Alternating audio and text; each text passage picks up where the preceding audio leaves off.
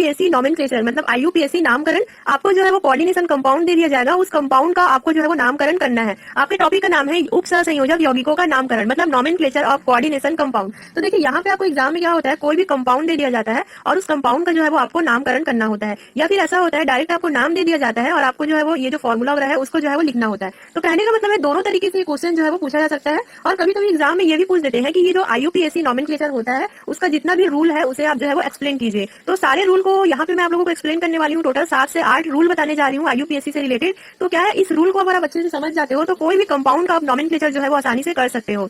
तो फिर से बता रही हूँ, इस मोस्ट एमपी क्वेश्चन है, इस क्वेश्चन की तैयारी आप जरूर कर कीजिएगा। तो चलिए आज का टॉपिक हम स्टार्ट करते हैं।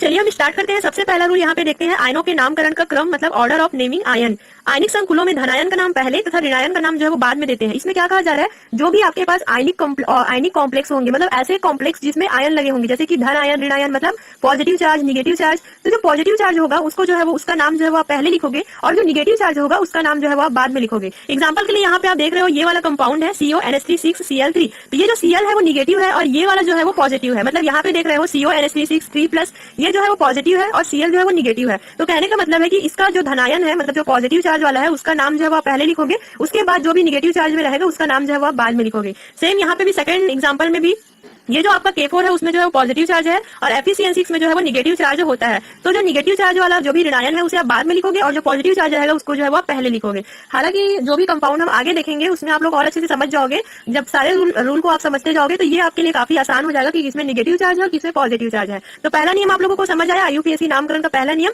कि जो पॉजिटिव चार्ज वाला जो भी आपके पास आयन होगा धनायन होगा उसका नाम जो है वो आप पहले लिखोगे और जो भी ऋणायन होगा उसका नाम जो है वो आप बाद में लिखोगे। पहला रूल समझ आया।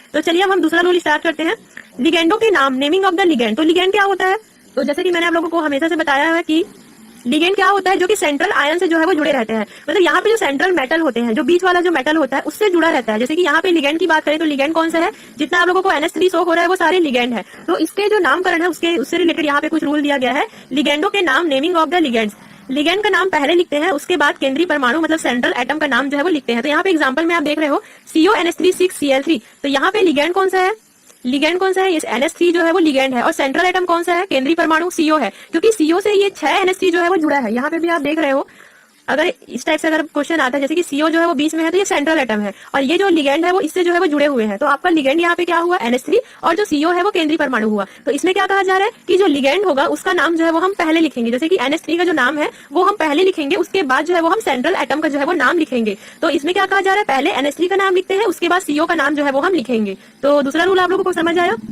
पहला रूल क्या था, पहले हम जो है वो पॉजिटिव चार्ज वाले आयन का नाम जो है वो पहले लिखेंगे, देन उसके बाद निगेटिव चार्ज वाले आयन का नाम जो है वो लिखेंगे। और लिगेंड से रिलेटेड नियम यहाँ पे क्या है, पहले आप जो है वो लिगेंड का नाम लिखोगे, उसके बाद जो है वो आप केंद्रीय परमाणु मतलब सेंट्रल एटम का नाम जो है वो लिखोगे। इतना आप लोगों को क्लियर हुआ। अब आगे देखते हैं, ऋणावेशित लिगेंड के नाम के अंत में O जोड़ते हैं। ऐसा मान लो ये आपके पास जो लिगेंड है अगर उसमें निगेटिव चार्ज है, अगर वो जो है वो ऋणायन है, तो जो निगेटिव चार्ज है उसके नाम के लास्ट में हम जो है वो O जोड़ देते हैं। आगे मैं आप लोगों को एग्जांपल देकर के बताऊंगी। और जो धनावेशित लिगेंड होगा उसके अंत में जो है वो हम EM जोड़ देते हैं। मतलब ऐसा लिगेंड जिसमें पॉजिटिव चार्ज हो तो उसके लास्ट में हम जो है वो EM लगा देते हैं। लिगेंड यदि अकार्बनिक हो तो उसके लास्ट में जो है वो इल जोड़ देते हैं। तो चलिए मैं आप लोगों को एग्जाम्पल के सहित बता देती हूँ कि इसे जो है वो कैसे कैसे लिखना है।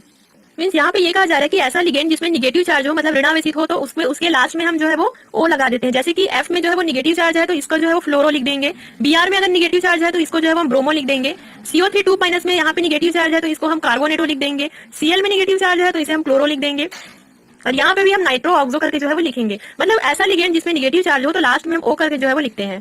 क्लियर हुआ। अब अगर कोई लिगेंड में जो है वो पॉजिटिव चार्ज हो, मतलब यहाँ पे आप देख रहे हो हमारे पास ऐसा लिगेंड है जिसे पॉजिटिव चार्ज है, तो उसमें जो है हम EM लगाते हैं। जैसे कि NO+ तो इसका नाम क्या होगा, नाइट्रोसोनियम।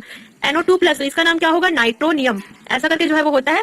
ऐसा लिगेंड जिसमें कोई भी चार्ज नहीं लगा है या फिर अकार्बनिक लिगेंड है तो उसके लास्ट में हम जो है वो इल जोड़ देते हैं। जैसे कि NO है तो नाइट्रोसिल, CO है तो कार्बोनिल, ऐसा जो है वो लगाते हैं। क्लियर हुआ। लेकिन इस रूल के जो है वो आपके पास 2 अपवाद है। अगर H2O हो तो हम उसे एक्वो करके लिखते हैं और NH3 हो तो उसे हम एमीन करके जो है वो लिखते हैं।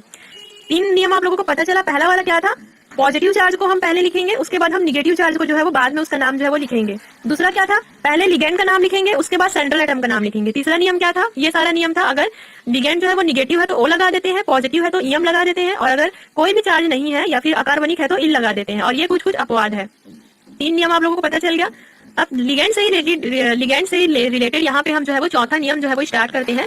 लिगेंडो के नाम का क्रम मतलब ऑर्डर ऑफ नेमिंग लिगेंड। लिगेंडो का नामकरण अल्फाबेटिकल ऑर्डर के अकॉर्डिंग जो है वो किया जाता है। आपके पास अगर ऐसा कंपाउंड आपको मिल जाए जिसमें बहुत सारे लिगेंड हो, बहुत सारे अलग अलग लिगेंड हो, जैसे कि यहाँ पे आप जो है वो इस एग्जांपल में 3 लिगेंड जो है वो देख रहे हो, NH3Cl और NO2।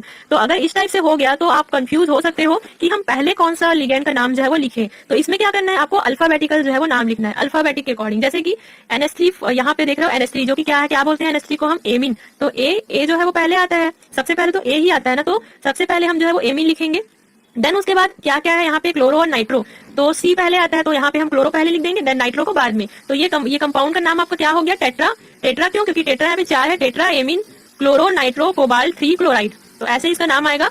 ये सब क्या है वो मैं आप लोगों को बाद में बताऊंगी। यहाँ पे आपको ये जानना है कि अगर इस टाइप से बहुत सारे लिगेंड आपको मिलते हैं तो आपको अल्फाबेटिकली इसको जो है वो अरेंज करके इसका नाम जो है वो आपको लिखना होता है। ये रूल आप लोगों को समझ में आया। और भी रूल हम देख लेते हैं। लिगेंडों की संख्या का विवरण मतलब indication of number of ligand. यदि सरल लिगेंड है तो उनके नाम से पहले डाई, ट्राई, टेट्रा, पेंटा, हेक्सा आदि जोड़कर उनकी संख्या को प्रदर्शित करते हैं। जैसे कि अगर 2 है तो हम डाई लगा देंगे, 3 लिगेंड है तो ट्राई लगा देंगे, 4 लिगेंड है तो टेट्रा, 5 है तो पेंटा, 6 है तो हेक्सा, ऐसे करके जो है वो हम लिखेंगे। जैसे कि यहाँ पे Fe, F6, तो यहाँ पे लिगेंड आपका कौन सा है, F है, F6 है, तो 6 लिगेंड यहाँ पे है तो हम क्या लिख देंगे, हेक्सा। तो यहाँ पे क्या आ जाएगा, इस लिगेंड का नाम क्या हो जाएगा, हेक्सा फ्लोरो। F6 मतलब क्या हो गया, हेक्सा। हेक्सा 6 को हम लोगों ने हेक्सा लिखा है। अगर यहाँ पे 5 रहता तो हम पेंटा लिखते, अगर 4 रहता तो टेट्रा लिखते। यहाँ पे 6 है तो हम लोगों ने हेक्सा फ्लोरो करके जो है वो लिखा हुआ है। ये समझ आया आप लोगों को। लेकिन यदि लिगेंड के नाम में ही डाई, ट्राई, ट्राई आदि शब्द आते हैं, लेकिन कुछ लिगेंड, कुछ एलिमेंट या कुछ लिगेंड के नाम ऐसे होते हैं जिसे पहले से ही डाई, ट्राई, टेट्रा जो है वो लगा होता है, तो अब उसको हम क्या करेंगे, तो उसके लिए भी रूल है। जैसे कि ईएन मान लो आपका कोई लिगेंड है तो इसका नाम होता है एथिलीन डाई एमिन। अब देखो इसके नाम में ही डाई लगा हुआ है, तो अब इसके लिए हम क्या करें, तो इसके लिए जो है वो 20 ट्रीस, मतलब अगर 2 है तो 20, 3 है तो ट्रीस, 4 है तो टेट्रा कीस, 5 है तो पेंटा कीस और 6 है तो हेक्सा कीस करके जो है वो लिखते हैं। मान लो आपके पास ऐसा एलिमेंट दे दिया जाए तो इसमें जो है वो पहले से ही डाई लगा होता है, तो इसका नाम जो है वो क्या होगा, तो इस लिगेंड का नाम क्या होगा, ट्रीस, क्योंकि 3 है, tris ethylene di amine. Clear हुआ। अगर नॉर्मल लिगेंड रहता है तो हम उसको डाई, ट्राई, पेंटा, टेट्रा करके जो है वो लिख सकते हैं। लेकिन कोई ऐसा लिगेंड जुड़ा है जिसका नाम में ही डाई आता है, ट्राई आता है, तो उसके लिए क्या करेंगे, यहाँ पे हम 20 ट्रीस, टेट्रा, ये सब टेट्रा ट्रीस जो है वो लगा देंगे। क्लियर हुआ आप लोगों को। अगला रूल हम देखते हैं। संकुल के नाम का अंत, कॉम्प्लेक्स के जो भी नाम है उसका अंत यहाँ पे कहा जा रहा है। यदि कॉम्प्लेक्स एनायनिक हो मतलब ऋणायनिक हो तो केंद्रीय धातु परमाणु के नाम में 1 लगा देते हैं। अब ये भी वेरी इंपॉर्टेंट है। अगर यहाँ पे जो आपका कॉम्प्लेक्स है वो अगर निगेटिव में है, अगर वहां पे आपके कॉम्प्लेक्स में जो है वो -4 जो है वो लगा हुआ है, तो आप जो है वो 8 लगा दोगे। जैसे कि Cu को आप क्या लिख दोगे, क्यूप्रेट, Fe को क्या लिख दोगे, फेरेट, CO को क्या लिख दोगे, कोबाल्टेट। तो मान लो इस टाइप से आपका है, जहाँ पे आप देख रहे हो ये कॉम्प्लेक्स में जो है वो निगेटिव चार्ज लगा है, तो ये Fe को क्या लिख दोगे आप, फेरेट। मतलब जो भी सेंट्रल एटम है उसका नाम चेंज होता है Q से, मतलब लास्ट में जो है वो 8 हम जो है वो लगा देते हैं। यहाँ तक आपको क्लियर हुआ। तो मेरा कंफ्यूज मत होइए, आगे जब आप लोगों को मैं एग्जांपल बताऊंगी तो उसके अकॉर्डिंग आप लोगों को ये सारा रूल जो है वो आसानी से समझ में आ जाएगा। उसके बाद हम देखते हैं एम्बीडेंटेड लिगेंड। तो ये जो क्वेश्चन है मोस्ट एमपी क्वेश्चन है, कई बार एग्जाम में 100 टाइप क्वेश्चन जो है वो एम्बीडेंटेड लिगेंड जो है वो पूछे जा चुके हैं कि एम्बीडेंटेड लिगेंड जो है वो क्या होता है। तो क्वेश्चन जो है वो 20 से भी पूछा जा सकता है, तो इसका डेफिनेशन आप लोगों को याद करना काफी जरूरी है कि एम्बीडेंटेड लिगेंड जो है वो क्या होता है। तो इसका आंसर है जो लिगेंड अपने दोनों सिरों से, मतलब ऐसा लिगेंड जो दोनों तरफ से केंद्रीय परमाणु को मतलब सेंट्रल एटम को दाता इलेक्ट्रॉन द्वारा कोऑर्डिनेट करते हैं। देखिए इसमें ये कहा जा रहा है आपके पास सेंट्रल एटम है और आपके पास लिगेंड है, तो ऐसे लिगेंड जो है वो एम्बीडेंटेड कहलाते हैं जो दोनों साइड से मतलब अपने दोनों सिरों से, हमेशा आप लोगों ने देखा होगा कि एक ही सिरे से जो है वो जुड़ा हुआ है लिगेंड जो है वो, लेकिन इसमें क्या होगा दोनों सिरों से जो है ये कोऑर्डिनेट जो है वो, लेकिन इसमें क्या होगा दोनों सिरों से जो है ये कोऑर्डिनेट जो है वो करते हैं। तो इस टाइप से जो लिगेंड होते हैं उसे एम्बीडेंटेड लिगेंड जो है वो कहा जाता है। थोड़ा सा इसका डेफिनेशन आप लोगों को याद करना होगा, अगर समझ में नहीं आया होगा तो थोड़ा सा इसको जो है वो आप याद कर लेना। तो ऐसे लिगेंड का नामकरण करने के लिए 2 में से एक विधि का उपयोग किया जाता है। तो यहाँ पे 2 विधि आप लोगों को देखने को मिलेगा। पहला विधि हम देखते हैं, अगर इस टाइप से लिगेंड आपको मिल जाए SCN, NCN, तो इसका नाम आप क्या रखोगे, SCN अगर आपको मिल गया तो थायोसाइनेट, NCN मिल गया तो आइसोथायोसाइनेट, इस टाइप से जो है आप नामकरण करोगे। दूसरी विधि है, दूसरी विधि में ऐसे लिगेंडों के नाम के आगे उस तत्व का संकेत लिख दिया जाता है जिसके माध्यम से वह केंद्रीय परमाणु से जुड़ा है। मतलब अगर कोई लिगेंड किसी एलिमेंट के माध्यम से उस सेंट्रल एटम से जो है जुड़ा हुआ है तो उस एलिमेंट का नाम जो है वो हम जो है नामकरण में लिख देते हैं। जैसे कि यहाँ पे आप एग्जांपल के लिए देख रहे हो इस लिगेंड में ONO जुड़ा है, मतलब यहाँ पे ऑक्सीजन भी है, तो आप क्या करोगे नाइट्रो O करके जो है वो लिख दोगे, नाइट्रो O करके लिख दोगे या फिर नाइट्रो संकुल करके जो है वो आप लिख सकते हो। तो इसमें यही कहा जा रहा है। लास्ट में हम देखते हैं केंद्रीय धातु आयन की ऑक्सीकरण अवस्था। यहाँ पे आप अधिकतर देखे होंगे ऐसे कोष्टक में रोमन अंक में रोमन संख्या में इस टाइप से जो है वो लिखा रहता है, तो ये उसकी ऑक्सीकरण अवस्था होती है। जैसे कि अगर हम CO की बात करें तो इसका जो ऑक्सीडेशन स्टेट होता है वो +3 होता है, इस टाइप से 3 होता है, तो यहाँ पे हम जो है वो 3 करके जो है वो लिख देंगे। ये तो हुआ कुछ रूल रेगुलेशन। अब हम एग्जांपल देखते हैं, एग्जांपल से मैं आप लोगों को समझाऊंगी कि कैसे आपको नोमेनक्लेचर जो है वो करना है। यहाँ पे कुछ एग्जांपल दिए हुए हैं। सबसे पहले हम लोग देखते हैं NiCO4। तो आप इसे कैसे लिखोगे? सारा रूल जो मैंने आप लोगों को बताया है उसको यहाँ पे आपको फॉलो करना है। तो सबसे पहले हम क्या लिखते हैं? लिगेंड का नाम पहले लिखते हैं। मैंने आप लोगों को बताया था ना कि सेंट्रल एटम से पहले लिगेंड का नाम जो है वो पहले लिखा जाता है। तो यहाँ पे क्या करोगे आप? टेट्रा और CO क्या है? कार्बोनिल। तो ये क्या है? टेट्रा कार्बोनिल और निकिल। यहाँ पे आप देख रहे हो कोई भी ऑक्सीडेशन स्टेट निकिल का नहीं है, तो यहाँ पे क्वेश्चन में आप जो है 0 लिख दोगे। तो बहुत ईजी है, टेट्रा कार्बोनिल निकिल। क्लियर हुआ? सेकंड देखते हैं CONO3 6 3-। तो सबसे पहले आप लिगेंड को देखोगे। लिगेंड में क्या है? 6 लिगेंड है, तो हेक्सा लिख दोगे। Hexa nitro. Hexa nitro. Nitro क्यों लगा? क्योंकि यहाँ पे नेगेटिव चार्ज है। मैंने आपको क्या बताया था? अगर नेगेटिव चार्ज हो तो वहाँ पे O लगा देते हैं। तो यहाँ पे लिगेंड का नाम क्या हो जाएगा? नाइट्रो। Hexa nitro cobaltate. अब कोबाल्टेट क्यों हुआ? क्योंकि यहाँ पे नेगेटिव चार्ज है। मैंने आपको बताया था ना कि अगर नेगेटिव चार्ज हो तो वहाँ पे 8 लगा देते हैं। तो कोबाल्ट का क्या हो जाएगा? कोबाल्टेट। यहाँ पे 3 है तो 3 आयन। क्लियर हुआ? थर्ड एग्जांपल देखते हैं हम NiCN4 2-। ये बहुत ही ज्यादा इजी है। सबसे पहले लिगेंड देखते हैं। Tetra cyano निकिलेट। 8 क्यों लगा? क्योंकि नेगेटिव चार्ज है। Tetra cyano nickelate 2 ion. बहुत ही आसान है। आगे देखते हैं हम AgNH3 2+ di amine silver 1 ion plus है, मतलब 1 है। यहाँ पे कुछ नहीं है, मतलब 1 है। Di amine silver 1 ion. Clear हुआ? AgI4-2 टेट्रा आयोडो मतलब आयोडीन है तो हम आयोडो लिखेंगे क्योंकि नेगेटिव चार्ज है, इसलिए O लगा देंगे। Tetra iodo मर्क्यूरेट। 8 क्यों लगा? क्योंकि नेगेटिव चार्ज है। मर्क्यूरेट 2 आयन। बहुत ही आसान है ना। ऐसे ही आपको 30 से 40 कॉम्प्लेक्स के नाम जो है वो याद करना है। 3 से 40 कंपाउंड का नाम आप लोगों को जो है वो प्रैक्टिस करना है। जरूरी नहीं है कि सिर्फ 5 चीज मैंने आप लोगों को बताया है तो केवल उसी का IUPAC नाम आपको जो है वो पूछ दे। 30 से 40 क्वेश्चन है आपके बुक में और उन 30 से 40 कंपाउंड में से कोई भी कंपाउंड जो है वो आपके एग्जाम में आ सकता है। तो इसके लिए सबसे ज्यादा आपको प्रैक्टिस की जरूरत है। जितना ज्यादा आप प्रैक्टिस करोगे आपका जो भी नॉलेज है वो उतना ही बढ़ते जाएगा। जितना आप इसे